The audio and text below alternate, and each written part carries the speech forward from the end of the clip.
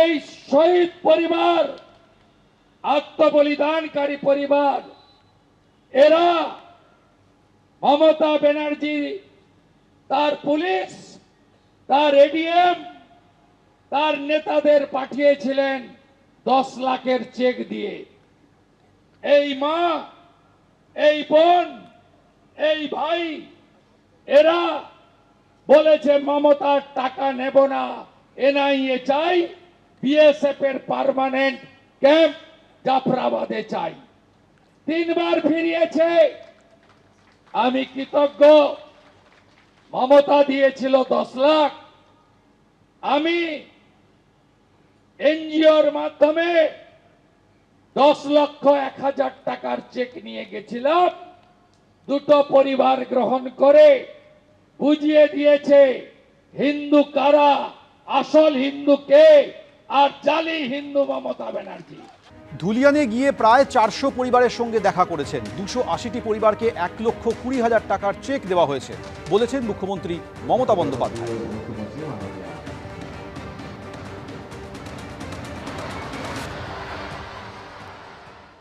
আমরা ধুলিয়ানে গিয়েছিলাম দাঙ্গা কবলিত মানুষের প্রায় 400টি পরিবারের সাথে আমরা দেখা করেছি, তাদের অনেকেরই কথা শুনেছি। ইতিমধ্যেই সরকার পরিবারগুলোর হাতে নানা রকম সাহায্য তুলে দিয়েছে, কিন্তু আজকে আমি নিজে আমার উপস্থিতিতে 280টি পরিবারকে 1,20,000 টাকা করে চেক আমরা দিয়ে এলাম। 2জন হিন্দু, 1জন মুসলমান মারা গিয়েছিল। হিন্দু পরিবারের জন্য আমি তাদের বাড়ি দিতে চেয়েছিলাম, কিন্তু তারা ছিল না বলে দিতে পারিনি, কিন্তু আমি তাদের টাকাটা রেখে দিয়েছি, যেদিন ইচ্ছে তারা নিয়ে নিতে পারে। সুতির সভা থেকে এদিন বিজেপিকে সরাসরি নিশানা করেন মমতা বন্দ্যোপাধ্যায়। বিজেপির কথায় প্ররোচিত হবেন না, ভাগাভাগি করবেন না। আমি দাঙ্গা দেখতে চাই না, আমি দাঙ্গার বিরুদ্ধে। বাইরে থেকে লোক এনে দাঙ্গা করায় প্ররোচনায় পা দেবেন না। কেউ দাঙ্গা করলে দিদি তাদের সঙ্গে থাকবে না, বললেন মমতা বন্দ্যোপাধ্যায়।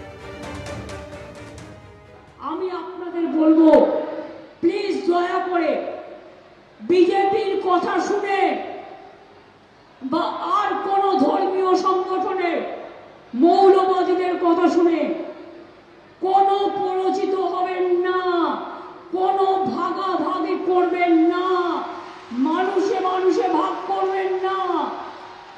আপনারা যদি মানুষে মানুষে ভাগ করেন, তার থেকে আমাকে আমার গলাটা আমার হৃদয় থেকে বাদ দিয়ে দিন, আমি সবচেয়ে খুশি হব।